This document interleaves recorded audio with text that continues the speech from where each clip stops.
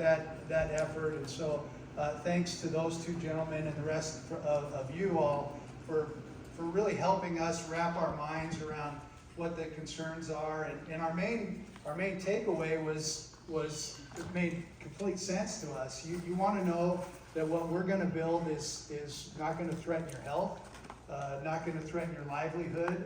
And then we understand that the decision making behind this facility is a bit unique in that we're potentially buying land, leasing land from the city of Winnemucca, but the city border is 5 miles away, and that lends for some interesting governance around that. And so we appreciate hearing all the feedback we've had from you on how this potential deal will go down, and we can talk about that tonight too. What we'd like to do is give you a presentation from a company called Savage Services. Savage is one of the largest logistics companies on the planet.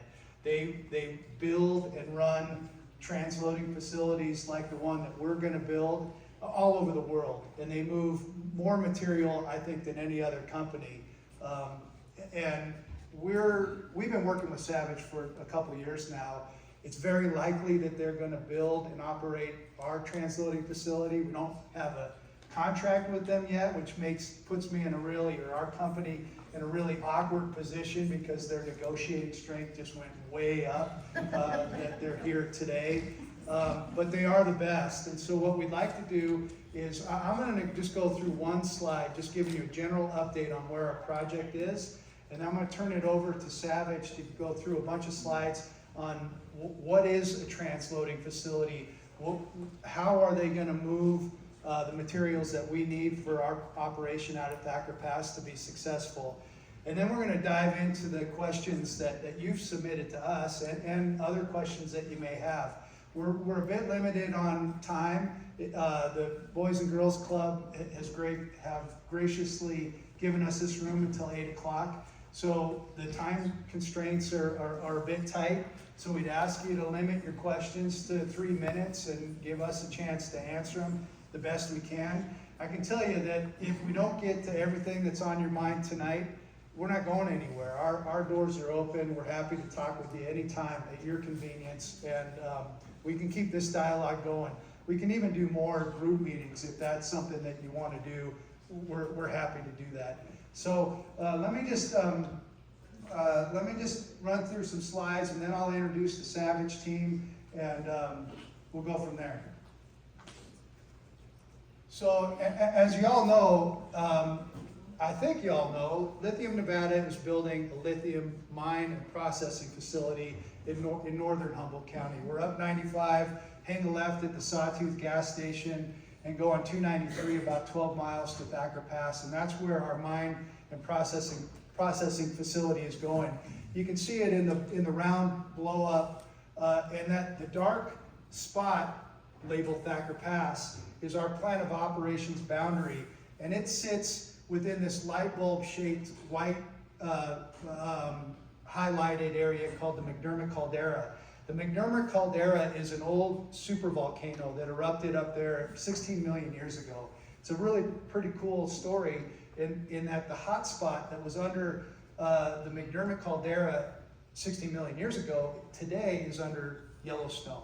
And through plate tectonics that shifted. And so now, if you wanted to invest in lithium, you might want to buy land in Yellowstone, sit on it for about 16 million years, and you'll be in the next real hot, maybe lithium area. But what happened at the McDermott Caldera is it erupted. It sent a lot of mineralization into the atmosphere, and that over several millions of years settled back down into this caldera, or volcanic lake. And after that happened, the Double H Mountains popped up, the Montana Mountains popped up, and so we have this lithium deposit that's soft because it's settled there, and it's shallow. We're going to get into ore at maybe 35 feet, and we won't go any deeper than 450 feet because that's where that old lake bed is at 450 feet. So we're going to mine there. Only really 10% of what we do in terms of capital expense is mining. we're in the battery industry. We're going to make a chemical called lithium carbonate, which is the essential ingredient that goes into all the batteries that you use in your phones, in your computer, in your laptops. But in our case, we have a partnership with General Motors. 100% of the product that we are going to produce out of Thacker Pass will be purchased and put into General Motors electric vehicles. We did that deal with them several weeks ago. They are now our biggest shareholders. So General Motors invested $650 million into our company through common shares. That made them, they've given us one payment so far of $320 million. The second payment is coming later this year for another $330 million. But today, they're our biggest shareholder. And for that, they get the right to purchase all of our product for 10 years and maybe another 5 years after that. So we're sold out for quite some time, and it's a wonderful situation for us to be in. And that helps us have the capital to move forward with our project. It's an expensive project. It's projected to cost about $2.3 billion. So the GM money helps, but it's not all that we need. We're fully permitted. We got a favorable, it's called a record of decision in January 2021. That's our federal permit. That comes after came after the BLM did a complete environmental impact statement. That environmental impact statement included a lot of agencies, state, federal, and local agencies. Humboldt County was a participant in that process. The state of Nevada was a participant, the BLM, the U.S. Fish and Wildlife Service, Nevada Division of Department of Wildlife. Lots of different agencies did this EIS, and it was approved in January 2021. It was then litigated. I don't know any big project where it doesn't get challenged in court. Ours was challenged in court, and we beat that appeal just earlier this year. It's going to go to the Federal Circuit Court. We're very confident that we can defend it once again. The state permits that we got for this project were an air permit, a reclamation permit, and a water pollution control permit. We have them in hand, and with that, we've started construction. So today, there's some land clearing going on. We're putting in some water wells. We're moving forward with our project. Leading that effort in construction is a company called Bechtel. Bechtel is one of the largest, safest, most reputable construction management firms on the planet. They're no stranger to the state of Nevada. They really got their feet under them by building the Hoover Dam. They've worked on Yucca Mountain to a great extent. They built the airport down, the newest terminal at the airport down in Las Vegas. They do big projects, and they're going to do our project, and we're delighted to be partnered with them. They're on the site. Some of their folks are here in the room tonight. We completed a new feasibility study. It's available to you on our website. It projects that we're going to make 80,000 tons. Once we're fully scaled up, once we've gone through all of our construction, we're in and rocking and rolling, we're going to make 80,000 tons of lithium carbonate a year. Now that number is probably meaningless, but to put it in perspective, the United States in total makes 5,000 tons of lithium carbonate per year. We're going to make 16 times more than what's made in the United States today once we're fully going. That's excellent. It makes us one of the top 5 producers, or we will be, in the world. But still, the United States has to do a lot more to be self-sufficient. So to put 80,000 in context in another way, today on a global scale, the world uses about 1 million tons of lithium carbonate a year. We're going to make 80,000 tons. So it's great for the United States. More projects are probably coming. We've built a Lithium Technical Development Center in Reno. We've been actually running a lab in Reno for about 5 years. We built a new lab that opened last summer. It helps us to do trial runs of our process over and over again. By doing that, we've been able to improve our efficiency by 30% without adding the use of additional water, energy, and reagents. Reagents are the materials that will come, that we will have to transport to our site to make our process function. And then lastly, I just want to point out that we're going through the loan process to finish up our financing. We've applied for a Department of Energy loan. We're well in the process of getting that loan. We got a letter of substantial completion from the Department of Energy a couple weeks ago. What that means is that they have all the materials they need to make a decision. But to finance a project as complicated and as big as ours, it probably will be another few months before we actually have that loan completed. So that's just a general overview of what we're building.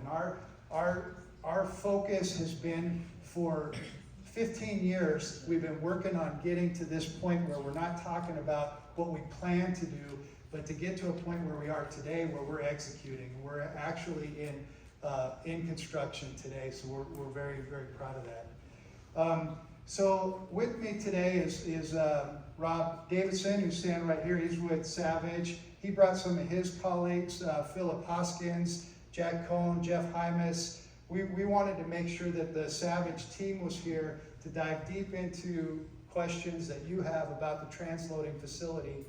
And there are other members of my team, or the Lithium Nevada team. Maria Anderson's in the back. Joseph Bellant is in the back. Pat Strike is right there. Justin Burgraff is in the corner, hiding by the door. He works for a company called Sawtooth Mining, which will actually be the contractor doing our mining. Ashley Madden is here. I'm sure I'm missing a lot, but I wanted to point out that we brought a lot of people here, so if the questions go in one direction or another, we'll have the people that can answer those. So with that, I'm going to turn it over to Rob, and he's going to go through what Savage is going to build. Thank you. It's nice to be here tonight in Winnemucca. Again, my name is Rob Davidson, and I represent a company called Savage. And along with me, I have a couple of colleagues which I'd like to introduce and give you a brief resume. This is Phil Hoskins. Phil is a certified locomotive engineer, spent the first part of his career with the Burlington Northern Santa Fe Railway, running trains up and down the track. After that, he spent a few years in their commercial side, and Savage hired him away back in 2012. Mr. Cohn comes out of the sulfur business. Jack has over 30 years in the sulfur business, sulfur handling, melting, transportation, and is considered by many people to be one of the top foremost experts of sulfur in North America today.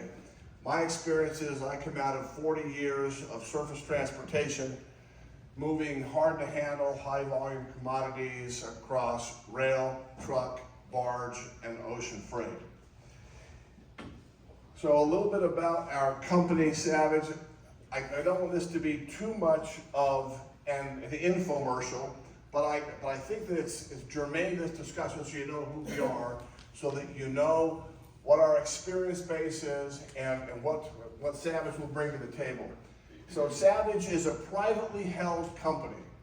I think that's important, is because we have a family which runs the company from a philosophical and a directional perspective, and the company has been around since 1946.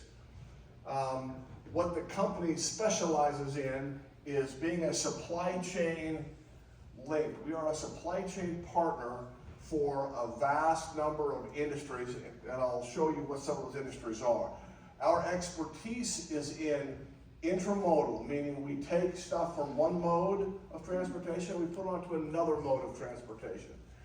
We build terminals and facilities, ports, we build pipelines, railroads, we operate trucks, and we do that with our own money. We are an asset-based company. The company has approximately 200 operating locations across North America and the Middle East, and over 4,000 team members. We were voted in 2020 one of Utah's International Business of the Year. The reason it says Utah is Utah happens to be the corporate headquarters of Savage, which is an international company. Savage is also very much focused on safety. Safety is at the core of everything we do. and we have a lot of homegrown systems and processes that we find help us be world-class and setting a very high standard in the safety industries in which we serve. The industries that we serve are vast. Food and agriculture. One of Savage's businesses is in the agricultural business. We own and operate flour mills. We own and operate grain terminals. If you've ever eaten at a Taco Bell, there's a pretty good chance you've eaten some of our flour. We service the oil and gas business, upstream, midstream, and downstream. We own and operate ports. We own and operate railroads and terminals. We're in the power generation business. We do a lot of work in petrochemicals and in refining, and we're also in the construction asset side. We have engineering services. Our service offering is quite extensive. So we can come, we can design a facility, we can build a facility. We're in operations and maintenance, so we can design it, build it, and run it. And those operations are in petroleum refineries today, electric power generation plants, chemical plants. We own and operate railroads. We own a lot of trucks. We own ships and barges that move up and down brown water and blue water. And we own and operate a lot of transload terminals. And transload terminals is what really brings us here today. This is a list of some of our main customers. Those are probably some logos that you're familiar with. Okay, transloading. Why transloading? What is transloading, and why is it germane to this discussion? So Lithium Nevada reached out to me about 6 or 7 years ago and said, we're looking to build this facility that's going to consume a lot of inbound raw materials. How do we get those materials to where we need to use them? Well, rail transportation is a great concept. That's what made our country great, was coast to coast, national rail. It's a great network. Rail moves almost 2 billion tons every year of freight. 2 billion tons of freight. It's extremely efficient. It's efficient from an energy perspective, and it's efficient from a manpower perspective. But one of the challenges that we have with rail is that you've got to have tracks to come up to your facility to use rail. Trucks don't need trucks. We have our great national highway network. We have a great highway system. Trucks do a great job. Trucks move almost 11 billion tons of products every year. But trucks are much less efficient from an energy perspective and a people perspective. It takes a lot of trucks to move what one great big train can do. For example, a big train can move 12 to 13,000 tons of payload. One truck running up and down the highway, what most people would call a semi, it's going to move 24 tons of payload. So just to give you an idea of the difference, a train can move 12 to 13,000 tons, a truck's going to move 24. So transloading is the link that lets us bring rail economics and high volume commodities and put it onto a truck for either first mile or last mile delivery. So transloading solves a lot of logistics problems across the US. We bring rail service to those who are not rail served.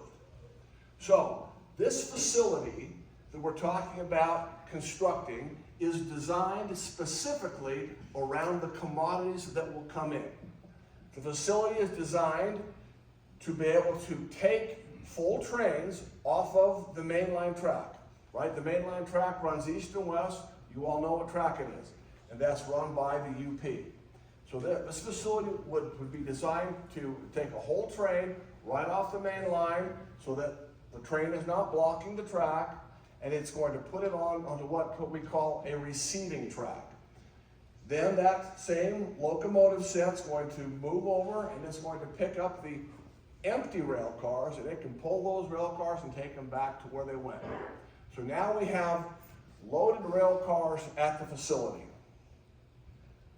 And the Union Pacific Railroad is gone.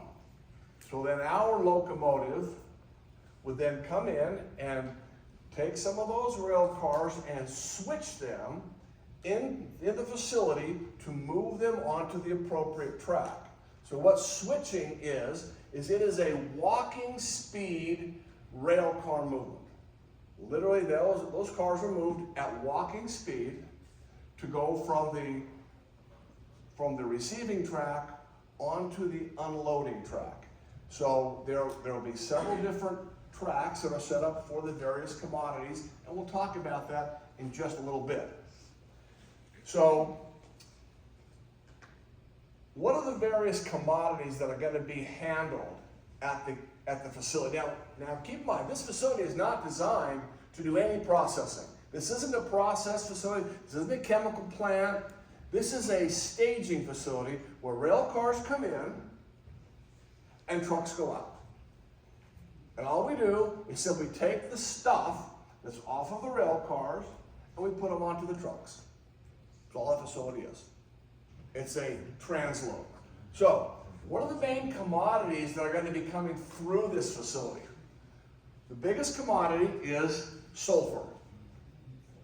The second commodity is sodium carbonate or soda ash, and the third is called calcium oxide or quicklime. So sulfur. What is sulfur? Sulfur is the third most common element. So, excuse me, it's 3% of the Earth's mass is sulfur. 3%. Sulfur is found almost everywhere. Sulfur is a very, very valuable commodity. So for literally thousands of years, mankind has mined sulfur. So what does sulfur go into? Sulfur is used for fertilizer. Any farmers here, ranchers? Any farmers ever used diammonium phosphate fertilizer? How do you get diammonium phosphate fertilizer? From sulfur. 60% of the sulfur that is produced in the world goes to making diammonium phosphate and monoammonium phosphate fertilizer. And also today we're seeing applications of just sulfur direct onto the ground as a soil amendment for soils which have a need for additional sulfur. So sulfur goes into fertilizer and it also goes into the chemical industry. We'll talk a little bit about that. So sulfur transportation. Sulfur is created from, they call it recovering. Sulfur used to be mined, but we don't mine sulfur anymore. Sulfur is removed out of the oil and gas streams in petroleum and natural gas refining. So all these carbonaceous materials have naturally occurring sulfur. So they want to pull that out so that as you use these carbonaceous materials, that you don't liberate the sulfur into the atmosphere. So they pull that sulfur out. Now we all burn what's called low sulfur diesel, don't we? What do? They just pull that sulfur right out of the diesel before they sell it to you. So that sulfur comes out and it's liquid. And then they put that liquid sulfur at the refinery and they put that liquid sulfur into a trailer. Or they put that liquid sulfur onto a rail car. Or they put that liquid sulfur onto a tank ship. And those happen to be all assets we own. Those kinds of transportation assets move sulfur. And the sulfur is moved liquid. And the reason it's moved liquid is because it is consumed liquid. So it just costs money if you take your liquid sulfur and you make it go solid, and you got to heat it back up again to make it go liquid. It just costs a lot of money. So it's better to keep it liquid.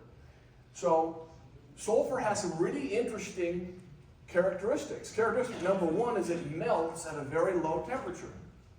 Sulfur melts at about 250 degrees Fahrenheit. Those cookies were baked in an oven at 350 degrees. So just for comparison, it melts at a pretty low temperature. The other interesting thing about sulfur is it is not soluble in water. Very important. It doesn't dissolve in water. So, sulfur is put into rail cars, trucks, ships, and it's moved to some place like a fertilizer plant, where then that liquid sulfur is then converted into sulfuric acid, and then that sulfuric acid goes into the manufacture of fertilizer. So this facility would have the ability to receive inbound rail cars of liquid sulfur. Now that sulfur was loaded in that rail car at the refinery, and it was hot. It was 250 degrees. But by the time it gets here, it's going to be cold. So that liquid rail car is now solid. So that rail car is going to be put on steam. There's going to be a steam boiler at the facility, and it's going to produce steam. And that car, it has these little fittings that hang down underneath. You can see them. And the steam goes in that car, and it circulates around the car, gets the car hot, and then this sulfur reliquefies, and it's dumped out. It's put into a tank, and then from the tank it's loaded into that trailer, and then that trailer would take it up to the Thacker Pass project. And the sulfur will stay liquid for enough time that that trailer was not going to have to be heated. But up at Thacker Pass, they'll have heated tanks to receive the sulfur. So that's how the sulfur comes into the transload. It comes in cold, it gets steamed, it gets heated up, it gets discharged, puts into a tank, truck comes in, loads up the sulfur, and goes out. Pretty straightforward. So about phase one is going to be 330,000 tons a year, which equates to about 60 to 65 rail cars a week. About 20 to 25 truckloads a day. Now this will be doubles. This is a picture of one of Savage's sulfur trailers. In Nevada, you all see that we have a lot of doubles running. So we'll just double these up. We'll have doubles. And that means about every hour, a loaded sulfur truck goes. Every hour, 1 hour. One truck per hour goes out. And that means when you look at how many people to run the facility and run these trucks, it's going to bring 20 jobs to this area to move that sulfur from the transload up to Thacker Pass. Another commodity is called soda ash, sodium carbonate. How many of you have ever heard of sodium bicarbonate? You probably put that in those cookies over there. Sodium bicarbonate is a product of soda ash. In fact, if you leave your sodium bicarbonate out on a warm day, it'll turn back into soda ash. Soda ash is also known as washing soda. If you've ever used Tide laundry detergent, about 70% of Tide laundry detergent is soda ash. So that soda ash is used as a chemical agent. It's a pH manager. It's for soap making, glass making, and it's in the detergent business. So that'll come in, and that's going to come in covered hopper rail cars. Covered hopper rail car. So it's a dry powder, looks just like Tide laundry detergent. And that will dump into a pit right underneath the rail car, and it'll go into a bucket elevator up to a silo. And then a truck's going to run underneath that silo. It's going to look just like that. It's going to dump into the top of that and take it up to Thacker Pass. So that means it's going to be about 136 tons a year, 26 rail cars a week. So one truck about every 2 to 3 hours, a loaded truck, hauling soda ash. And that's going to create about 5 jobs from the transload and from the trucks and the truck shop and all that. Okay, the other commodity is going to be quicklime or calcium oxide. Now, all these gold mines out here, you see a lot of calcium oxide. Quicklime goes out all these gold mines. So calcium oxide is a very big industrial product across the world. So 280 million tons a year with 170 million tons produced in the U.S. Calcium oxide here in Nevada is primarily used as a pH management. So if you've got toilet bowl cleaner in your house, if you've got drain cleaner in your house, you've probably got calcium oxide in those home chemicals. And that is hauled in trailers exactly like the soda ash. So it'll come in little pebbles. It could be anything from 1/4 inch size or maybe up to 3/4 inch size, and it comes in covered hopper rail cars. It's dumped into a hopper, goes up a bucket elevator into a silo, from that silo into the truck. And from that, we'll have one truck about every 4 to 5 hours, a double going up to the mine.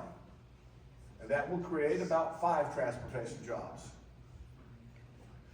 Then there's going to be some diesel fuel brought in, because up there at the mine, they're going to be consuming diesel in their mining activities.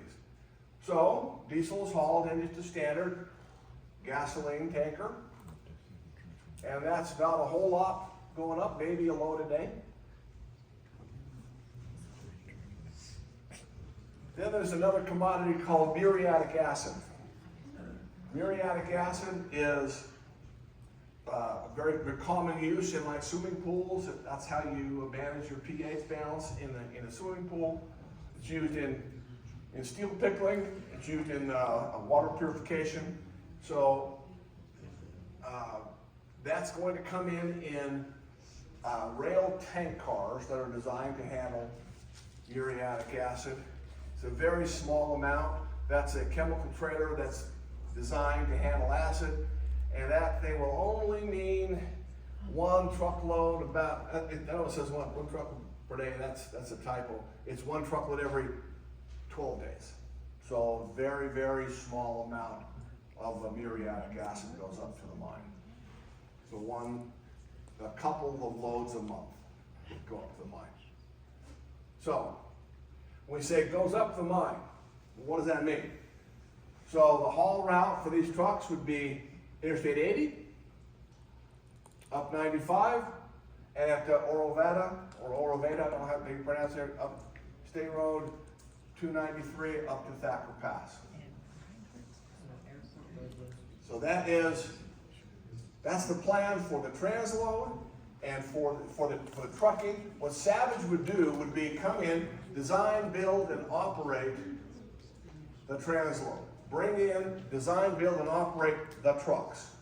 So we would be doing the all that work of bringing inbound materials, getting them unloaded, getting them on trucks, and getting them up to the plant. That would be Savage working for Lithium Nevada. Thank you. I'll turn the time now back to Tim. Okay, so we've printed out the questions that we've received from you. Let's hand those suckers out if we could. And we've answered them in writing, but we're here to listen to you. So we can either go off of those or a blend of what you'd like to do. Actually, we can help her. Well, let's get those suckers out as fast as we can. Spring that on. We can go through those, but we also want to hear from you. So this is the Q&A portion of our evening. While those are going out, can I open it up to questions? Yes, ma'am. Why aren't they trying to take this transload station out of our residential area? Well, so the question was, why aren't we in a less residential area? And I'll tell you, we've been looking for sites for years. In fact, Tom Karras was telling me a story when he used to work at Cyanco and Western Lithium. Our predecessor came to him and started talking about building this transloading facility about 12 years ago. So it's something we've been working on for over a decade, finding the right site. When we met with the Humboldt Development Authority and told them we would like to build a transloading facility, that was met with a lot of enthusiasm. It turns out that the Airport Industrial Park was designed specifically for a park like ours. And it was HDA that said, come see this site. We think this is the site that will serve your needs. It's not the only site we've looked at, but I will be completely honest with you, it does meet our needs better than any of the others that we've looked at. We like it and we feel that it fits with the vision that this community has had for that industrial park. So I'm not opposed to mining at all. Don't get me wrong. I think mining is our milestone and our cornerstone of our community, along with farming and small business. But I can see your transloading station from my front yard, and I don't trust it. I'm sorry, you may think it's wonderful. You come by my house, you can live there for the rest of your life. but I don't trust that a chemical plant is going to allow me to still have my cows, my chickens, my garden, my grandkids outside all the time. Where is that trust barrier? Because this, I'm sorry, I won't live here if that goes in my front yard. We have a lot to do to build your trust, and we're committed to doing that. We know that Cyanco went through similar struggles, and they're our model. We look to Cyanco as somebody that's done it right. We like their model.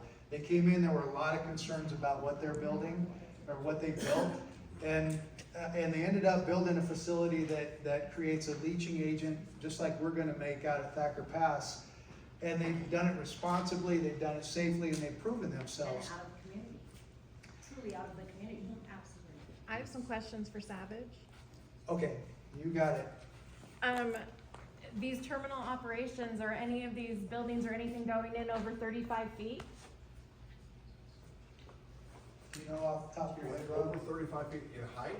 Yeah. Jack, you might have to. Who's that? Yes. Silos, yeah. Okay. And the size of this facility and the quantities of the chemicals coming through, how does that compare to Savage's other transloading sites in the United States? Well, this particular facility, if you take it from a sulfur perspective, is relatively small in comparison to some of the other things that we operate. We operate facilities in other areas and places like Chicago. We've been involved in places like Tampa. We move over. But as far as sulfur, Yep. do you have any other transloading facilities in the United States that are planning on taking or have this much molten sulfur coming into their facility? Yes, ma'am. How many? How many facilities do we operate? We operate a How series many of- that have that much? I think it's, when phase 2 is in, it's 656,000 tons of molten sulfur a year. Do you have any other facilities that take in that much molten sulfur a year? Yes, we have other facilities that take in that much. Which ones are those? We have a facility in Chicago that we can take over 750,000 tons a year.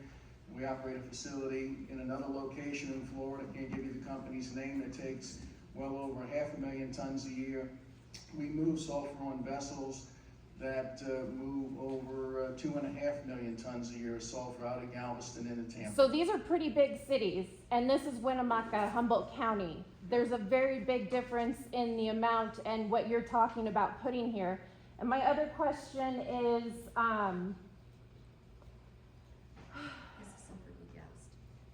where is the sulfur degassed at? Is it on site, on the way, on the rail, on the way to the site? How is that occurring? There's concern about odors, so if you could weave that. Not odor, the actual, the chemicals in the air that are released.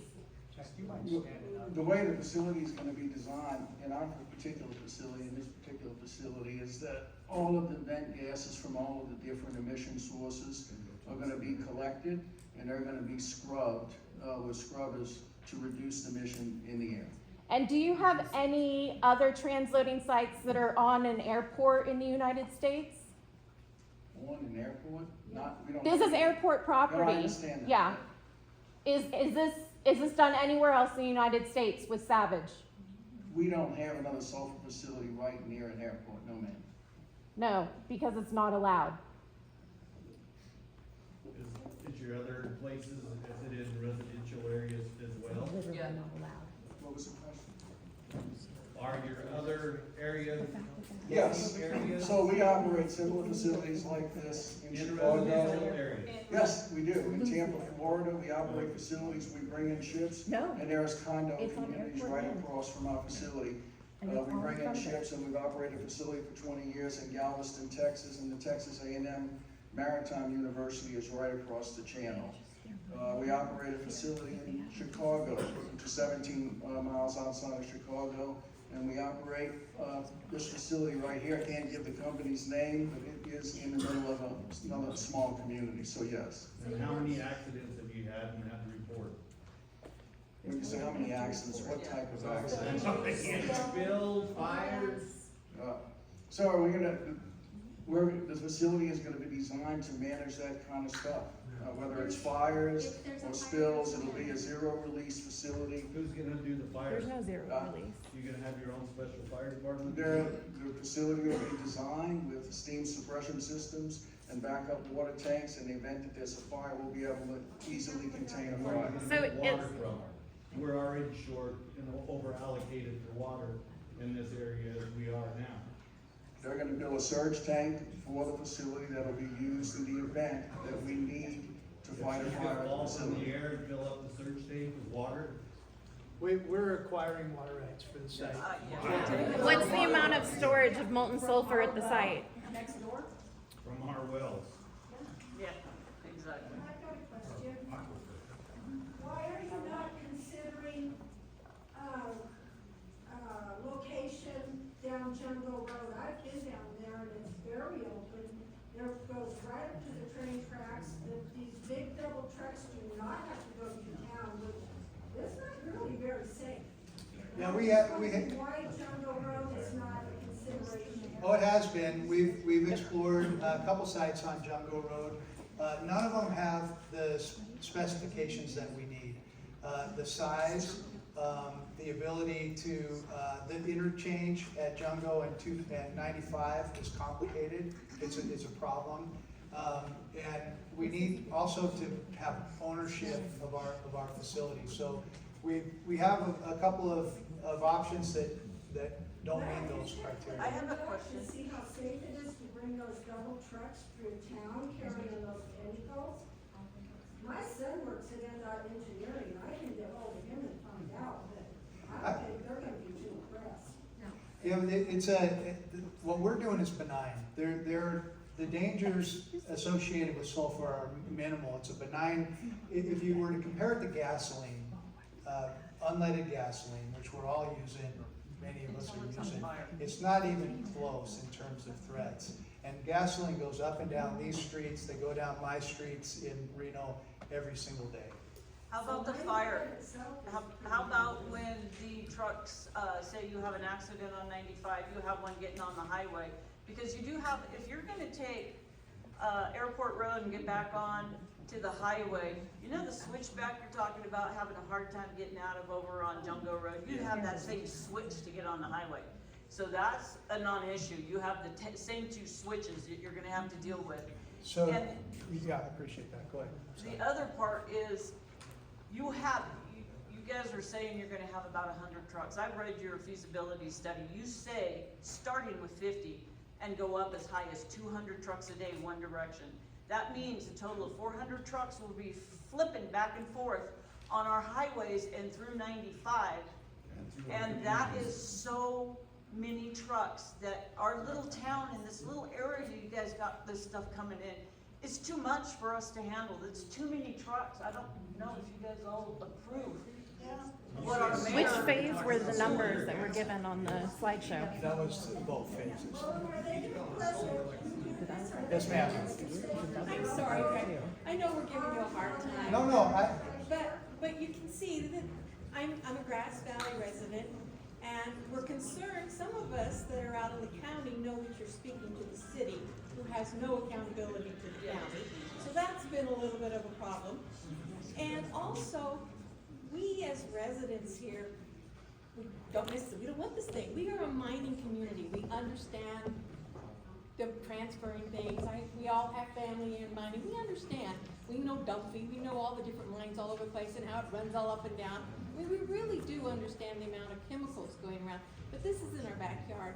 And the other thing that we're worried about is Highway 95. It is so dangerous. And I speak as a community member, a mom, a grandma. It's dangerous out there. And you're talking about doubles out there. Heck, we can't get cars down there. This is not a 4-lane highway. This is a 2-laner with a couple of pullouts. We are really worried about fatalities of our community members and your own workers. This is not being over against this mine. Jobs are great. We understand the need of in-country lithium. We just don't want to die for you guys to have it. Yeah. Look somewhere else, go outside the community. There's gotta be other places, my lord. 1,000,000 miles of desert Yeah. out there, railroad tracks. and railroad tracks. Why do you have to build it in our backyard? Yeah, we need a place where it's zoned appropriately. It's not zoned for it. It- It's not zoned for it. That's Listen, I- airport property. Why did the city go without any public input and they went to the FAA and they proposed and they're trying to change and take city land from the airport, you guys, without any of us knowing? For over 3 years, this has been in the works. Well, Over 3 years. Where's the transparency? I appreciate your comment. We need the zoning to be appropriate, we need the rail to align, we need power, we need a little bit of water, about 12 acre feet, which we would have to buy from a willing seller. You gonna move Tim, the airport? would you please change that? And we also 12 need, acre feet, you gave me in writing, 111 acre feet. it's 12 acre feet. My And you're lying, apologies. because you can't do 12 acre feet, and I'm sorry for saying that, okay? You're not alive. Well, I did make a mistake, and so I apologize. Areas there, and see the steam released from the The trans. water we use will align with what we purchase. I can tell you that. That's a fact. So we need those things to align. The other thing that we need to align is a distance where we can run a crew on 2 circuits in a day. So those logistics are really important to us. The distance away from Thacker Pass. If you go too far away, you can't make that turn twice in one day. So that's a key piece. And there have been ideas of going 35 miles down Jungle Road, and it throws the economics off to where it doesn't work. And yes, ma'am. What you're saying about, actually, the other proposed location is actually closer by not a ton, but it's less populated and it's closer in your turnaround and less traffic and travel and less people in your way than what you're currently proposing. I just really want you to look at that and look at the traffic here and spend some time here and really evaluate that, because it's closer than what you're proposing. And Rose And Creek we're Road like is a this. mess. Listen, we We're will like this keep young guy in front evaluating. of us. We're not opposed to you guys coming in here. No. We're No, I all hear you. for it, great, great for the economy, everything else, but not in our backyard, come on. It's just too big to manage. I'm curious, when those, cars come in and have to be heated up, Yeah. the sulfur, is there gonna be an odor from that? Yes. There, Smell. sulfur will off gas, and what we will have at every point where we move it from a rail car to a truck, to a truck, to a tank, we'll have a scrubber that will pull all of that gas out. Yeah. We will scrub That's it. So we 100% won't smell That's it. where I have a question. Yeah. It's 100%? Well, Yeah, there you go. It's not. Now that There- well, that well, I want You'll everybody to smell it. understand. you won't smell it. You won't smell it. Just smelling it can cause an asthma attack, just so you know. If you have anybody with breathing problems, sorry. Exactly, we have allergies to sulfur, we have allergies to all kinds of different stuff that's being put out, it's gonna be in our air. Then when it's in the air and your scrubbers do not get it, where does it go after that? After it kills everybody that's allergic to the sulfur? What about how it goes into the ground? What about our devil winds that we get and how it pushes things at 60, 70 mile an hour wind gusts and 30 mile an hour constants? What are you gonna do about that? regardless of where this is built, it has to be fully permitted. And that permitting, by the way, includes NDOT on the roads that we select to figure out, are there improvements that we have to do to make the logistics work right? But there will be an air permit, there will be a water permit, there will be an NDEP permit. All of that has to go to ensure that we are in compliance with the Clean Air Act, the Clean Water Act, and that it's a safe facility. Safety is paramount. Our reputation moving forward, this is a project that we plan to have, we're permitted at Thacker Pass for more than 40 years. We're outsiders today. I feel it, I know it.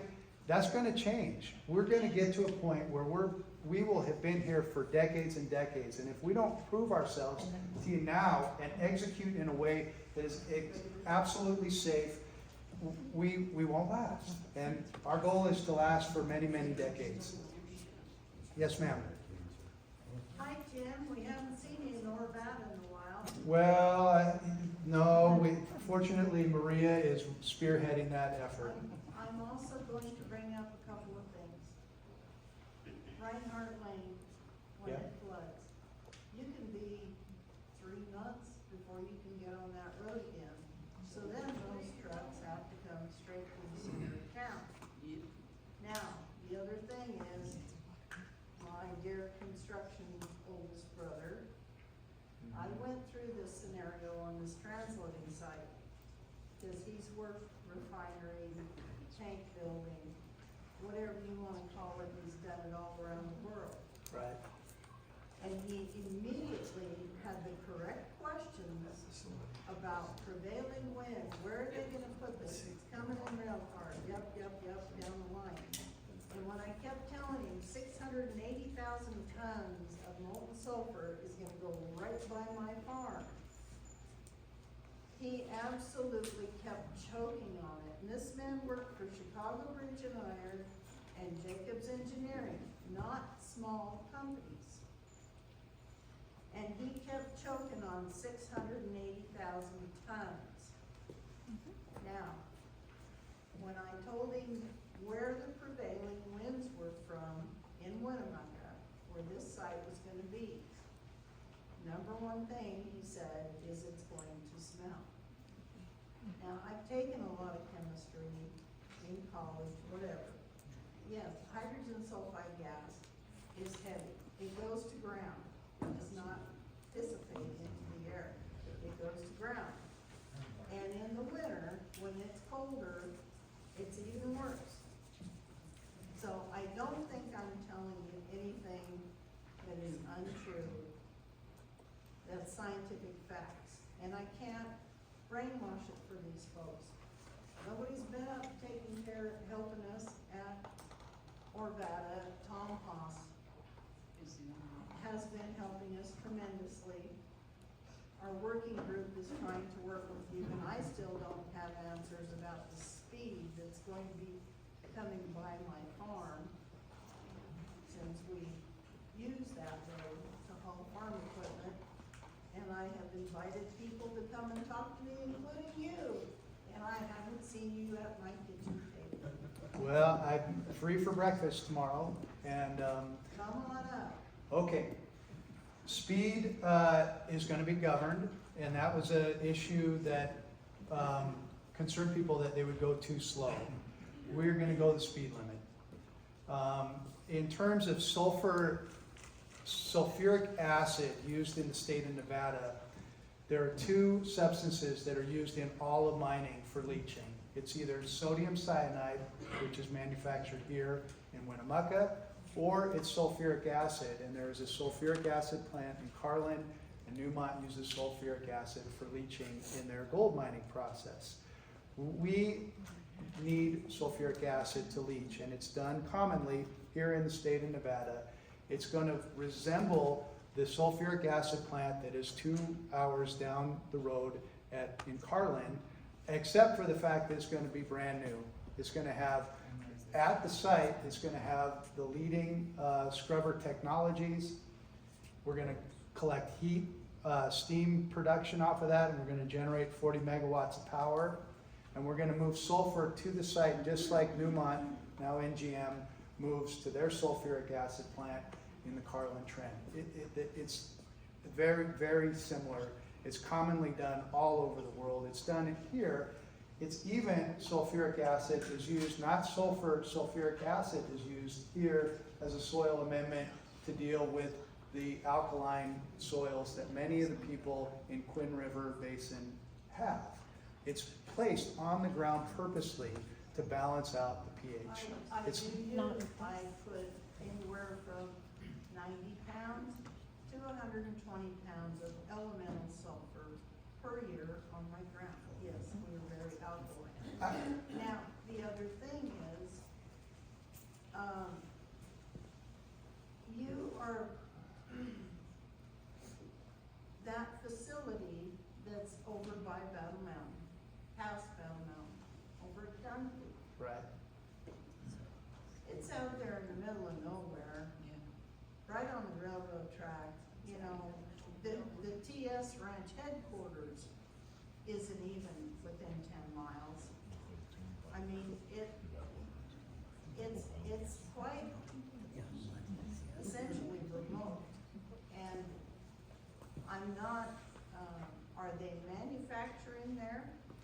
they do it like we will at their site. Okay, so all they're doing there is offloading molten sulfur cars? Yes. Okay. How many? Well, I actually don't know. I don't know if they're transloading sulfur at the Dumpy site. Or if they're transloading sulfuric acid?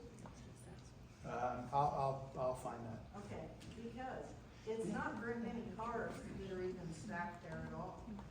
It's not a lot. I've driven by there many times. Not like this. All I'm saying is sulfuric acid is made out at Carlin, just like we will do at Thacker Pass. And it's very common, Out of Carlin, but not there, none. much more acid. But it's much more remote than our backyards. Yeah, it's not just the backyard. It's the front yard, It's the front yard, it's the side yard, it's the, we moved out here, so we had all this beautiful open land. I didn't move out here to live in a railroad yard, and that's exactly what you're gonna do. We can see it from our house. It's too dangerous to be around all these animals. And how about when the cars derail? We've had, I don't know, 4 or 5 derailments here. I know these guys are gonna do a great job on their site, but what happens if these cars derail down by my house or derail down by somebody else and they catch fire? The sulfur, when it catches fire, burns clear, and it's deadly gases that come off the flames. That's what I'm worried about. Rob, if you want to And readdress this, my next question is, who's gonna go there and help? The EPA or the federal government, just like they did Ohio? Yeah, we're looking really good on that one. Sounds like you're Well- getting pretty spread out.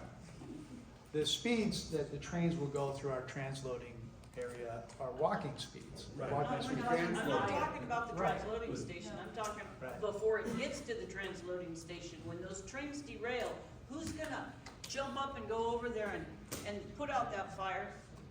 And the people around there, I mean, what's the evacuation? I live on the How same far line. away? I live You about have to evacuate. 0.8 miles from the same line that we're talking about in Reno. I live on that same line. Those same amount of trains are gonna come through here. We're not adding train traffic, we're adding rail cars to the train. So those trains are coming through here today. UP is not Norfolk Southern, they simply aren't. And when we take responsibility of it, once it hits our yard, it will be at walking speed. So you're not gonna take responsibility when it derails down the street from your facility and it starts on fire and the poisonous gases that are coming out, you have to evacuate how many miles away from that? For how long? Insurance was, you cannot guarantee that there won't be some kind of hazardous event. You can't guarantee it. And you're turning our beautiful areas into an industrial park. We don't want that. We don't want to smell it. We don't want it anywhere near us. You have other places to put it. It's time you start putting your hat on and looking around and saying, this might be easier for us, but. Gentleman right here has a question. Yes, sir.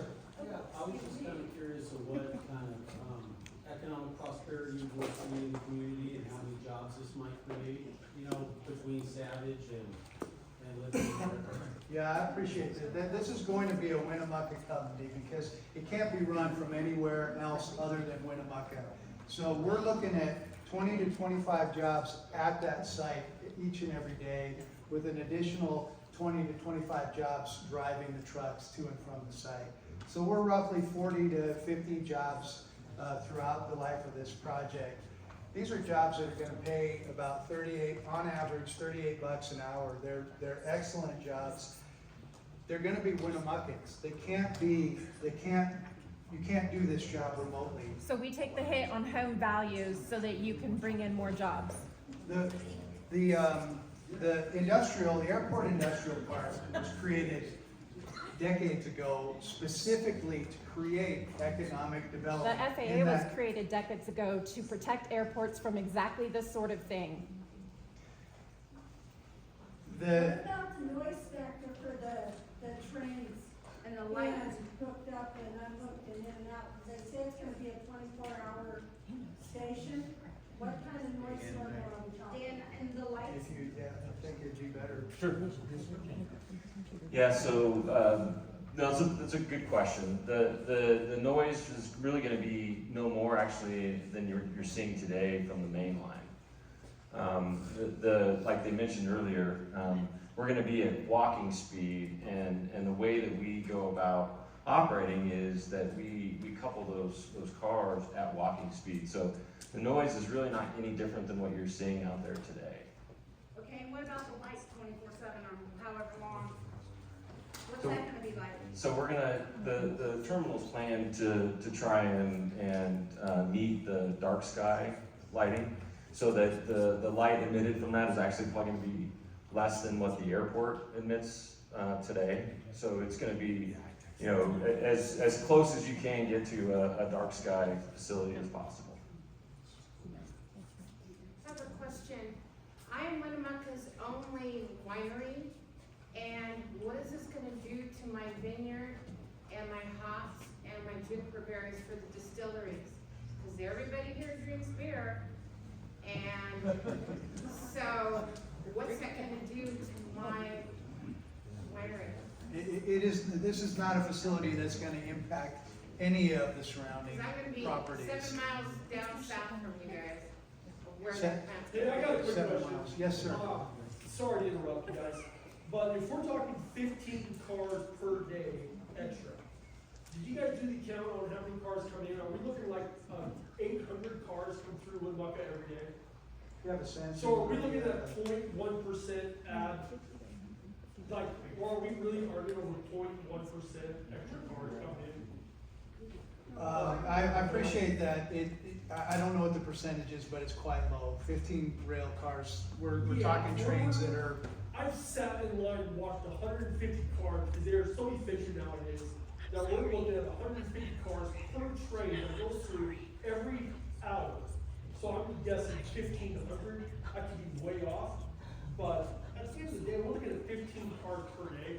I wanna apologize for everybody right now, but we're looking at 0.1% of extra cars coming in. And then the semi rate, we're looking at 10 semi-loads of gasoline and diesel coming in per day, if not more, into Winnemucca.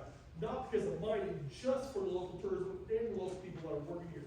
So I hate to say that we appreciate all the jobs that are being added to it, but when it comes down to it, I think we transport more cyanide than what you're talking about right now. by a long shot. This is a hub for cyanide. It feeds the Cyanco property feeds And I all. love Cyanco is a great company. Oh, I- Yes, they are. we Come from we here think before, very- I've got family that work there. Yeah. So to me, it looks like, yeah, we're really not doing any damage here. Thank you for it. I appreciate that, pointing that You live in out. the valley? Yeah, it's like. You grew up here. You grew up here, but you're not here now. We're all down there. Mr. Murphy, Yeah, you're gonna get it, you're the first one on the news. So just to answer first off, I do live in the valley, I'm pretty close to the area. Started taking a lot of concerns from people in the valley and funneling it to Tom Haas and you guys and the other commissioners. Trying to help out just so we can get good answers. Couple things I'll throw in here, and that's one that I think you'll remember a while back in our discussion, I said we probably need to get the railroad involved in this because those are good points. We've had several rail cars tip over. I don't know how we can hold you responsible for it. Folks, every black car you see rolling down these rails is chemicals. Okay, there's caustic soda, there's cyanide, well, maybe not cyanide now. There's gasoline, They're there's trucking diesel. that stuff everywhere. It's on every rail car, and it's an issue. And then the discussions we had with Lithium is, we need to bulk up our fire groups, because it doesn't matter where a rail car comes off. If it's on fire and it's got sulfur or sulfuric acid or whatever it is, we as a community need to be able to do that. I can't just dump it on them. We can hold them accountable to provide equipment, support if they're going to increase the amount of sulfur coming through and it's a problem. That we have equipment for our fire departments and our locals and our volunteers, such as we have sitting over here, that we can handle that kind of stuff. But a couple of questions, Kim. Way back in the beginning, we talked, it was zero discharge. Savage's representative. Now, 42 years mining here, mostly in Nevada and around the area. I can guarantee you, your offload stations you're talking about, where you dump lime into a pit, okay, and then convey it up into a truck, they do have a very good point on that. Now, most of that stuff's relatively benign or whatever. I've started my career in mining, shoveling said pit every day for the first year and a half of my mining career. But when that wind comes through and these dust devils come through, you're not gonna be zero discharge. So now, are we really zero discharge or are we not zero discharge? I mean, cause that's a big question. I've been campaigning a little bit for you guys, and zero discharge is zero discharge, and NDEP will be managing it. But if it's not zero discharge, and there will be sulfur smell, I think these people deserve to know that, okay? I'm not for or against at this point. My whole career's been mining and mining related. I think the growth in the valley of the area is great, but not if it's bringing in any kinds of problems. The other one I would want to highlight again, Tim, get the railroad people here too. They're part of this. They're gonna make money on this. Get their representatives here, because this gentleman brought up a very good point. How many cars are going through here, sitting over on that siding, and you people have no idea what city it is. I can guarantee you, there's a lot of assets sitting in those black cars that are strung out on the rail along the river right now, so. There's a hazard we don't even know about, but all of this needs to be answered and addressed. I think the railroad needs to start coming to these, put the heat on them, because if a rail car dumps over in the back community over by Star City, I'm not gonna hold you responsible for it, but if you're here in the area and your people are trained to fight a fire, a chemical fire, I would think that needs to be brought out now. Your people and Lithium Nevada will be providing equipment to our firefighting groups to handle this kind of stuff. So, Yeah, I appreciate that. We'll do two things, so the two takeaways, and I appreciate that, Joel. We will bring the railroad to come talk with you about the movement of goods through this community in a bigger picture sense. And as we do our detailed engineering on this facility, we will show you what zero discharge means. We'll show you the engineering that goes into it to capture all of any kind of a spill. Yes, ma'am. And the other Since part we of live that fairly is close that to the mine's on the water, are fire you gonna be department drilling another in well Nevada there? and You're the gonna fire buy department a water shares from a private, whether it's Gold Country or whoever. But since we live there, I'm worried about the water usage. Are you gonna be trucking water in? Are you gonna No. drill another well or what? No, water at the site, for the site, for processing at Thacker Pass, will come from wells in the Quinn River Valley. But we've acquired those water rights. Steam for the transloading. Yeah, We're already at 25 feet below emergency. So we, Does the steam discharge at the transloading facility for the boilers? yeah.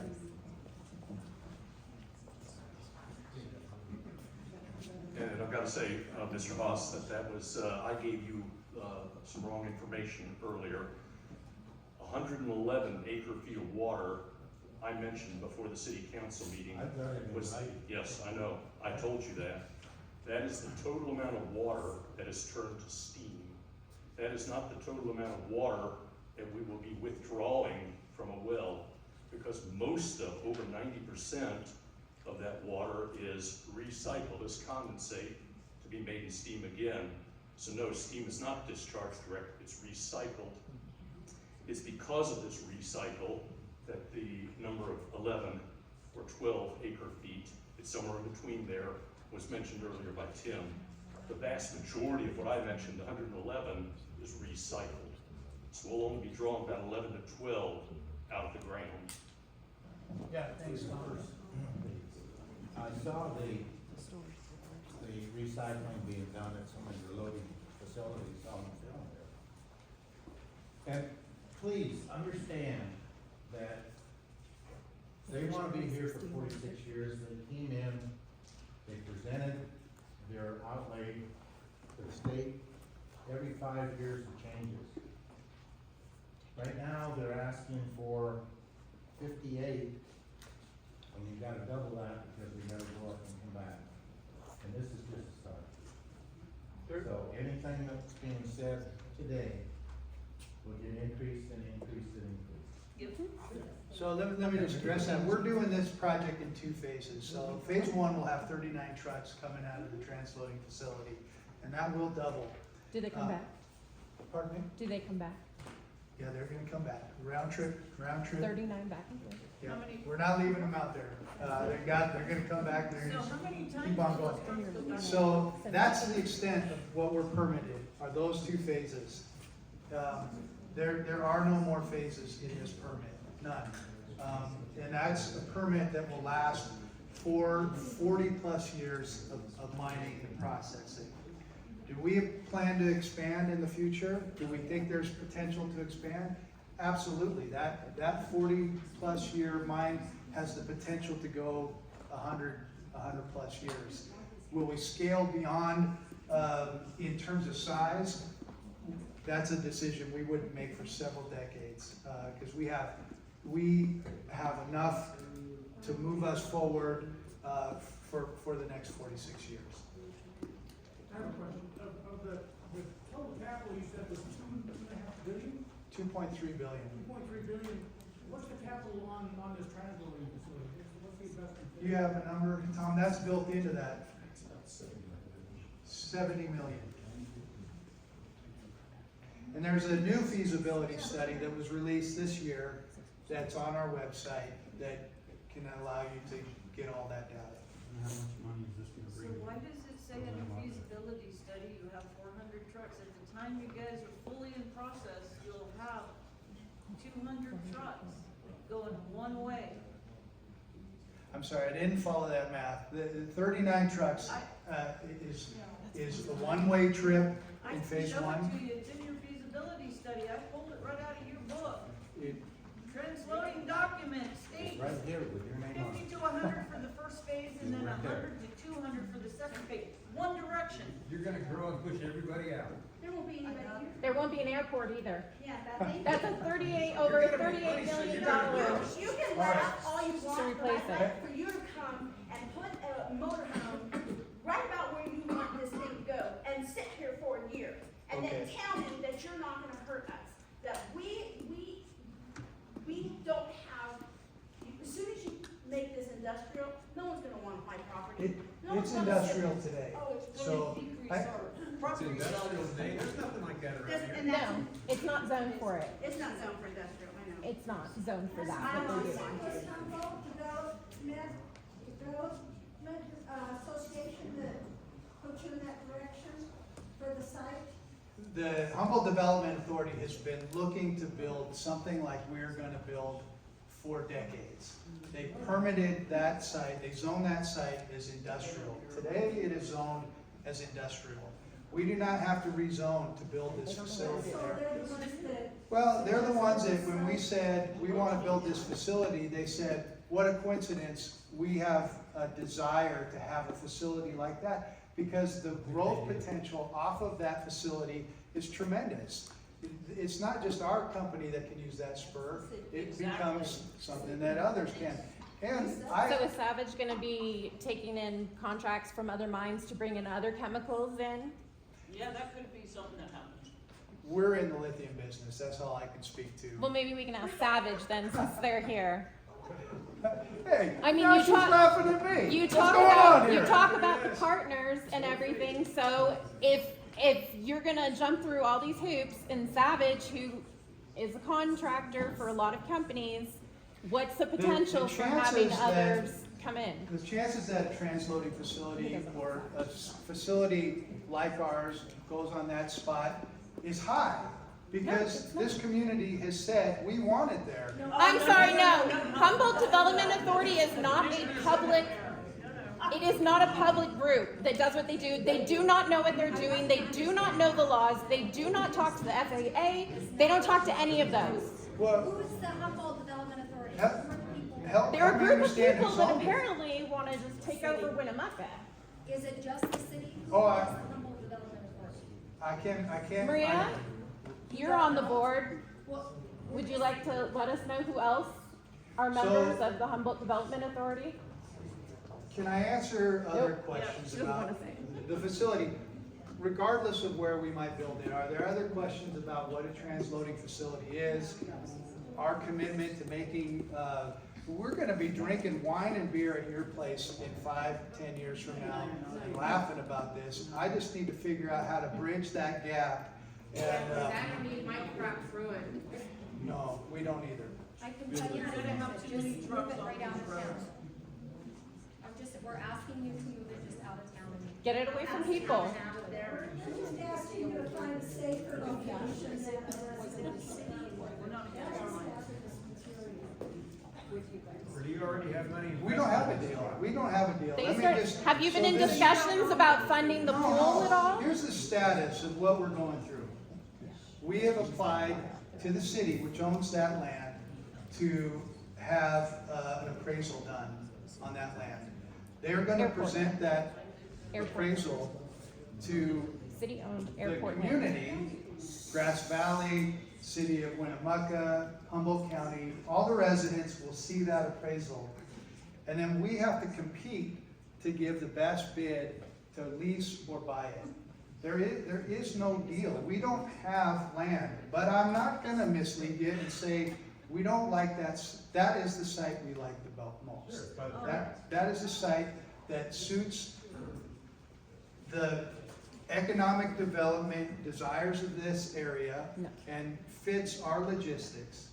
And now what we need to do is make sure that we make it as exceptionally safe. Well, first of all, we'd have to buy or lease it. That is not done. It's airport property. And we would have to make sure that we put in place exceptional safety regime, response personnel, and make sure that we're able to get through our permitting so that our scrubbers are the best available, because you're obligated to use best available technology. So by virtue of them being brand new, they will be some of the best on the planet. And that's our obligation, is to get through that and make sure that this is something that builds an asset for this community, for this entire valley. Yes, ma'am. I appreciate you saying that, but I just want to I want to be clear. I want to be transparent since no one else can seem to do that. This is a project or process that's moving forward without community input, and I want you to be aware of that, because what seems like it will initially save you now, corporate dollars, will cost you thousands upon billions and trillions of dollars in litigation later on, because it's too much chemical in a residential area. There will be accidents. We're human beings. We're messy. We dump stuff. We spill stuff. We do it every day. It will happen. What happens when you contaminate? So I just want you to be aware. I want you to be successful, and I want us to be safe. We're supporting your cause, and I want you to hear that very clearly, because there isn't anybody saying we're opposed to growth. We are pro-growth. We want you to be successful. We want to be safe. There's been absolutely no information shared with this community, and we'd like to be part of that. We are responsible citizens. We don't know what we don't know when it's not being done appropriately. So we're here to support you, but we're asking you to make a decision in turn to support us and keep us healthy and put it in the best place possible. So in 50 years, or even in 5 years, we can go down to her place and I'll have wine and beer with you. Yeah. Without Thank you. contaminating the water or. Right. Accidents happen. You We can't just keep wanna one do man right. that's a really good worker on there 24/7. You're gonna have to change him up and there's gonna be accidents. Learning. Molten sulfur has to be left to dry in order to clean it up from a spill also, and then that's where the wind takes care of. There's always accidents. Yep. And you understand that where you're gonna put this, if we happen to have north or northwest wind, and it goes, it's going to go over the little Humboldt County line, straight down Grass Valley. Not Grass Valley, Humboldt, but Grass Valley, Hershey. Have you talked to anybody there? Have you let them know what might be coming? Have you let them know when they're already not being able to take showers, that you're gonna suck out more water? Today, we don't have a site, but what we've done for the last 10 years has been coming to the Chamber of Commerce, talking about what we're gonna do. We've been coming to the I-80 95 Winnemucca Futures event, talking about what we're gonna do. We've been working at this for over a decade.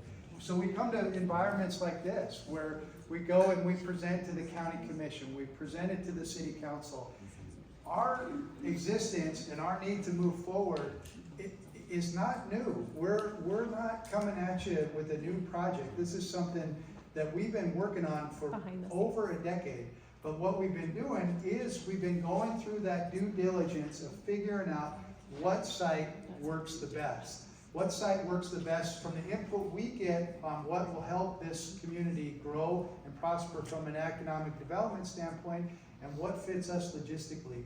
We are dependent on doing this right. We have to do it right. We have to do it safely. We have to do it securely. We have to do it environmentally sound. And I can't tell you that strong enough. I have to show you. We have to execute this plan and show you that that is how we're going to function. Well, So the problem is the fact that the city council kept this from us, and we just found out a couple of months ago, and so there's a big trust issue here. Why was this being hidden from the public? Not only on your end, but why on the city council? Because Did you have government officials sign non-disclosure agreements? Well, the city council. That's what I'd like to know. City of Winnemucca, the city council is the one that told us to come and ask him questions. Well, yeah, and they're basically. it shouldn't have happened that way, because our own city and our own county and the, should have brought it to our attention that this was coming to our town, somebody, and taken all our anger out on you guys.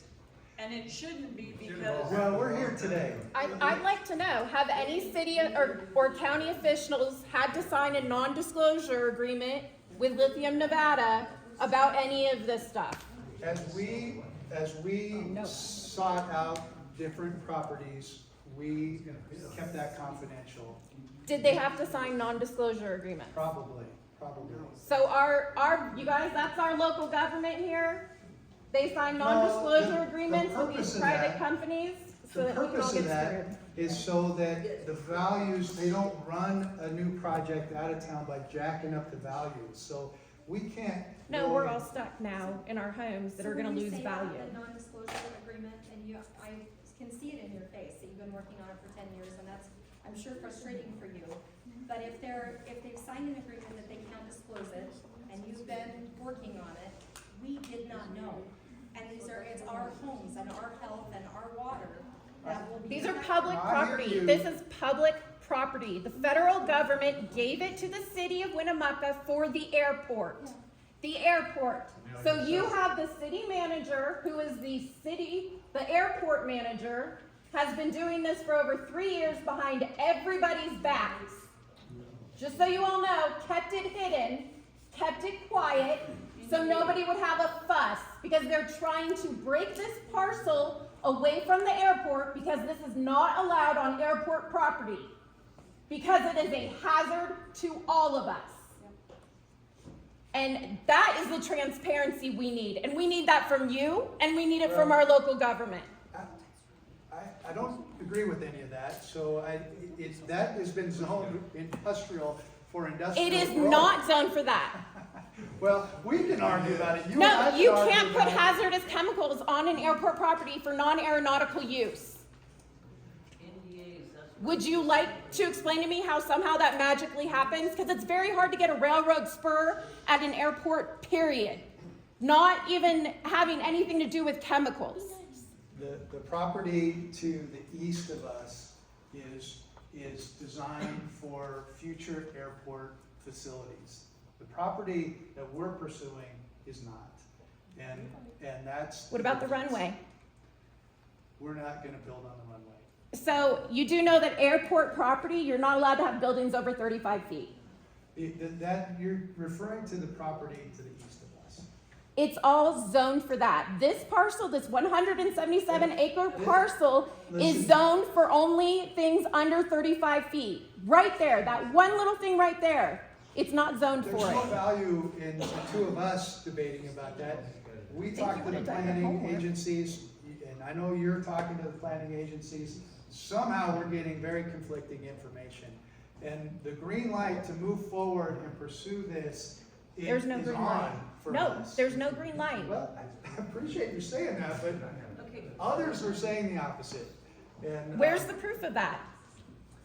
the fact that we're gonna go to the city council and look at the appraisal and then move forward to the next step, I hope, to put a bid on this. Do you know anything And there's no about guarantee airport land use that we get compatibility? that. No. The city No. council keeps telling us that they don't have a proposal worked up yet. So No, they don't. They have to No, get there's the been appraisal. The plans next being step- done for years. Well, I know, but The I next know step what the is- actual proposal is. So listen, here's what I'd like to do, and we are grateful to this. I know we've heard you loud and clear. We need a robust dialogue. We're gonna commit to that. We started today. We didn't have to do this. We gain a lot from this. That's no BS. We are learning. We have to listen.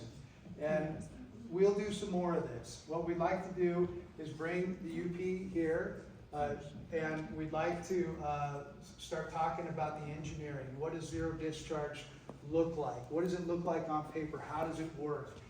And dive into that topic some more. We'll talk about our safety responses that we're gonna need to move forward. It's still theoretical until we lease or buy that land or other land, but there's no harm in digging into those details and showing them to you. So we'd like to do that. Yes, ma'am.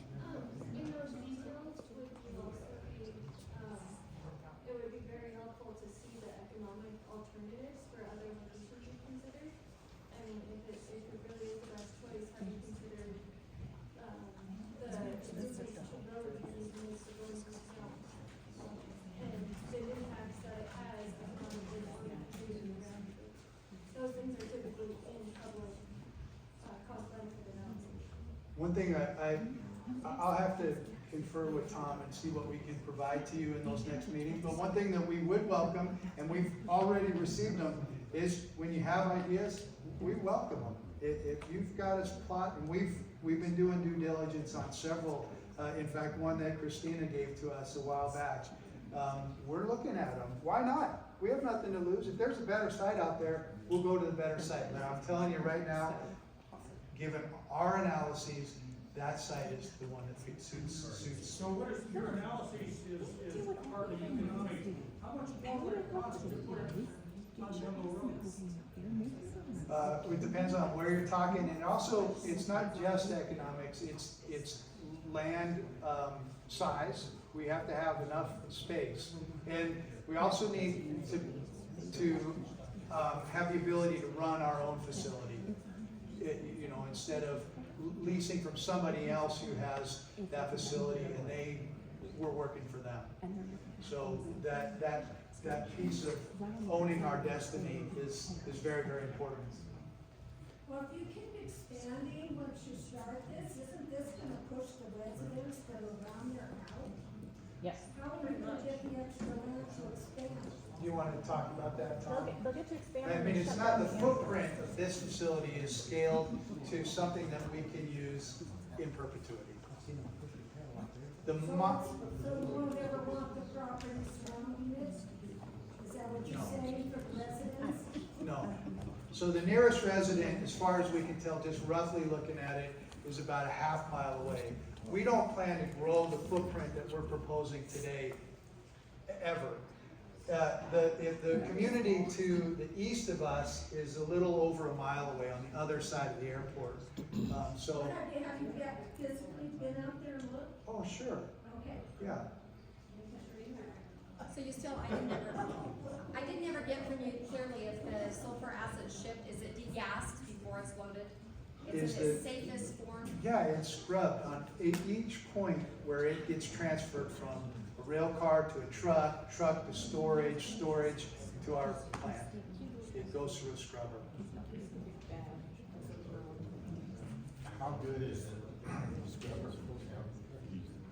How good is it? I happen to have been at meetings with you, or I've seen the scrubber, right on there it says maximum 75% efficiency.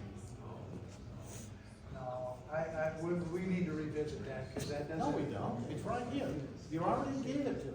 Well, let's see. That's the questions that we have. No, And it I'll won't. produce that for you. I don't know where you got 75. That's a number that makes no sense to me or to our team. Tom, is there a number that we could generally provide?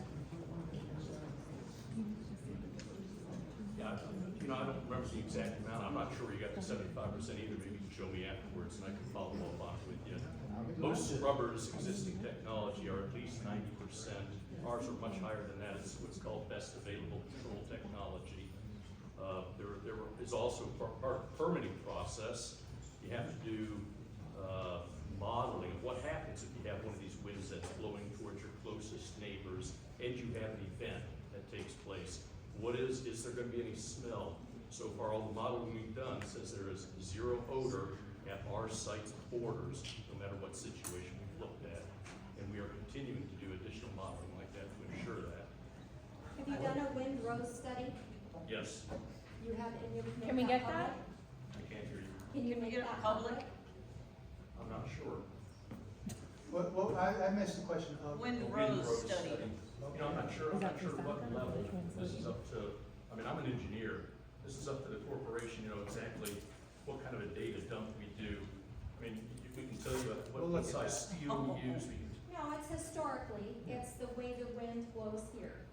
Oh, yeah. And so That's public information. It's a significant thing for us, because it's not consistently the same direction, but like in most places, like my husband and I came from Wyoming, and so we walked crooked for years because it blows from the same way all the time. But it doesn't blow like that here. Yeah. It's kind of everywhere, and If you're it's, talking about a windrow study, it's not a study, it's publicly available data. Yes, we can get that to you. right. For both sides? I have one more question, please. What, okay, you say you're gonna scrub this gas from the sulfur. As this sulfur cools, it's gonna separate the sulfur with the gas will be available in cars. So when you scrub that, do you just magically make it disappear, or does it come out? Do you encapsulate it? Do you have to do anything more with it? What happens to this? It is scrubbed in a caustic soda solution. A chemical reaction takes place, and that product with the scrubbed gases in it is shipped up to Thacker Pass, where nice and conveniently it happens to be able to be used in our manufacture of the end product. So it will be shipped up to Thacker Pass. It's a very small quantity. So, I have a question. Yeah. On the land that, Savage is gonna be doing, you're gonna have this big, huge facility, and you're gonna have all these trucks coming in and out, and you're gonna be, all these cables are gonna go in and out of these trucks, and I know you're gonna get issues where it gets dropped on the ground. Do they have a containment area? Is that whole area gonna be a containment so that dust, those chemicals can't get out of that area and into the land and into our water table? That's my biggest, because you're gonna have that, and I'm not talking about the wind picking up little bits of it and blowing it away. I'm talking about the massive amounts you guys are gonna have there.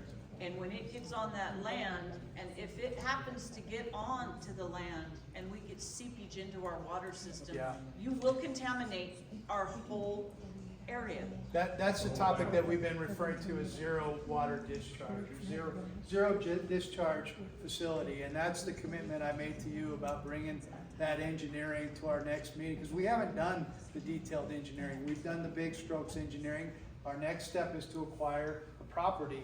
The third step is to do the detailed engineering and go through permitting. The permitting that we would have to go through to get this done will require a zero discharge facility. It will require that anything that doesn't make it from the rail car into the truck and falls on the ground is collected and handled appropriately. Water, any of the materials that we're handling. That's our obligation, but from the state. But we have to show that on paper. It's got to be engineered so that it works. Yeah, because my other issue is when it rains, is that stuff gonna, there has to be some type of barrier system. Yeah, so it's it doesn't contained. get off onto the land. That's exactly right. It's a containment. So the best way for us to show you that is on paper. We'll put it up on a slide when that detailed engineering gets done, and we'll be transparent about that. So you said that before you said that you were all permitted, but now you have additional permitting, you still need land permitting. They were talking and about air Thacker permitting. Pass. The Yeah, permitting Thacker for Pass Thacker is fully Pass, not the permitted, and in Transloading. fact, it's in construction today. But for here, it is not. No, we don't even have a site yet. Just making sure. Mr. Murphy? Yeah, Tim, throughout the conversations originally, now it sounded a little different today. Is this gonna be Savage's site? It's our site. We're accountable for it. The buck will stop with us. You have an issue, you call us. Our contractor, who's gonna build it and run it on a day-to-day basis, will very likely be Savage. Technically, at the end of the day, everybody would be getting all of it. Right, that's exactly right. Accountability is with us. In some of the first meetings, we talked about having a site where data could be dumped and everybody could access it. I know we hate committees and all this kind of stuff, but I would throw out in the realm of what's going on here, would it be possible to have somebody from Lithium, Nevada, somebody from the railroad, someone from the county commissioners, somebody maybe from the city council, and one or two people from the community, no power, but to sit and look at these sites, so that it doesn't continue to come back either from you that everything is good with this site and others are bad, or from this side that everything else is really good and yours is bad and we don't know why you want that. I just think that the end of the day, would go a long ways in that. The company, I can zero discharge, having ran a lot of mines in multiple states and countries, zero discharge, means zero discharge, so. But if they see it and can even tour somewhere or have a video tour of one of Savage's other plants and stuff, it makes a big difference. To try to say that you're gonna offload with a conveyor to the back of a truck and there'll be nothing anywhere, you helped yourself right there by saying it won't be off of your property.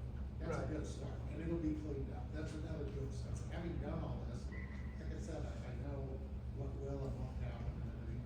Just throwing some ideas out there for the continued growth of this, because I think the jobs are good for the community. We all have thoughts about the position of this station. I think it's a good idea to have one, maybe not necessarily right there, but I just throw that out there going forward in the future, so we can get more collaboration going on, because I know the city council's here, people here, maybe they should be out there with you, taking some of this heat as their decision. Going forward, it could be more collaboration and less council heat. I like it. We're gonna take your advice.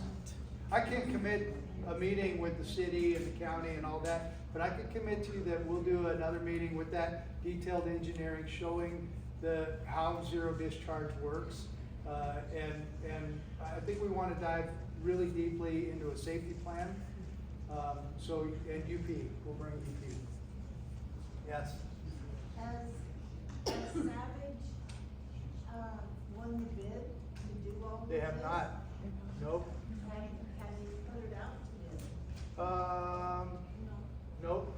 So this facility and the truck you don't have an operator yet, correct? That's right. Pretty bold bringing Savage here, isn't it? Well, this is what you did in Orvada, and we appreciated what Savage said. They are a good operator. But, that is a point that should be brought up, that they're making a presentation for you, but they have not gotten the bid, and they may not be doing it. Yeah, that's absolutely true. I can tell you that we like them. We like them. They're the safest, the most successful, conscientious, community-oriented business that we're talking to. And when we figured it out, because we've done a lot of math in Orvada, we figured it up, it's 20 rail cars of molten sulfur a day, 365 days a year. So if you get behind a day, then you gotta catch up another 6 months. But that's at your phase 2 level. Do you wanna, I see. Oh, I I just, those are averages. He knows that I know what I do. Well, we have permits where we can't exceed throughput on a daily basis. But that's, So there is no catch up. right, but I. We lose a day, we lose it. We lose it forever, you know, so that makes it better for my part. Thank you. Listen, I want to hear, we want as a company to hear from you. So I think it's probably at a point where we could take a break tonight, but feel free to call me, send emails. If you have a question, my email address is tim.crowley, CROWLEY, at lithiumamericas, with an S on the end, .com. In addition to any follow-up that you want to send our way, we're going to schedule another one. My sense is it probably won't happen until after the appraisal is in, because it is still theory. But we did hear that there was concern that you needed some information. I totally understand that. So we're going to give you as much information as we can without getting too far ahead of the process. The next formal step in the process is that bid process, or the appraisal process. Tim, can I ask a question? You said there's pretty much green light. Now, the leasing versus purchasing. Do we as residents have any like higher level of control if it were leased? Whereas there's a higher level of protocol you have to follow if it's leased as opposed to purchase? I don't know. I don't know the answer to that. We of course, we would like to purchase this and have, because we feel that we're going to be around. We're highly confident we'll be here at least 40 years with more to come. So that's where purchasing makes much more sense. Hey, I appreciate it. I greatly appreciate it. Yes, ma'am. Hi, my name is Patty Archuleta. I'm very grateful for Winnemucca. I'm also a newly seated federal councilman from the board of here. I just started being a councilman about a month ago, and I have two questions for you. Is your PowerPoint going to be available online? And my second one is, in case there's a storm and or some kind of hazardous or hazard for a person's health, like the people, the residential area people, is Lithium open to being responsible for their medical bills when they, like, let's say they start getting sick? What if a fire happens? Someone loses their home because of a fire. I'm just asking because I had a grandfather, private first class Clifford Northrop, and he worked out at the Mercury Mine for like 40 years, retired, but he passed with prostate cancer as well as many, many other residents in the McDermott area of cancer, which, you know, kind of it showed Mercury had a lot to do with it. And so now, observing my grandfather's life as well as many of the other workers, I'm thinking about the people here as well as, you know, where I live. I live out on Corporate River Reservation, and I have a clothesline. I hang my blankets out there. It's a big dust bowl out there, you know, this is Nevada. It's a desert. So, are you guys open to helping those that get affected, like if it already happened? I think we're open to more than that. We have to prevent it. We have to be committed, and we are committed to preventing those things from happening. Unfortunately, your sensitivity, which I understand, is shared by the state of Nevada. It's shared by the industry. There are old legacy problems that we can't do anymore. We absolutely can't do it. And fortunately, in this state in particular, on a global scale, has really led the way in making sure that we're at the forefront of the Clean Water Act and the Clean Air Act, and we're containing these things, and we're using the best available technologies for scrubbers. We can't have a conversation where we're wondering what happened down the road and where the causality is. we simply have to prevent it on the front end. As for the slides, I'll have to, they're mostly, all but one, you have one I did, we'll check the Savage. I was just wondering, because the OSHA and the MSHA classes, they all educate the workers, like, when you guys have workers driving these carts, right? They all need to be certified, but isn't there supposed to be like a protocol as an employee? Like, if I were to apply and be like, I'm driving this cart with all this acid in it, but you know what, oh my gosh, so it's happened in Lopop. When the train was going through, someone decided to commit suicide all of a sudden, and they stood in front of the train, and luckily the train didn't derail, but I'm telling you, I remember hearing about this, and there's animals, that run across the railroad. They did put a fence up, but it was only for so long. And so I'm sharing this with you guys openly, because these are just things you guys need to know coming from, someone who's born and raised here.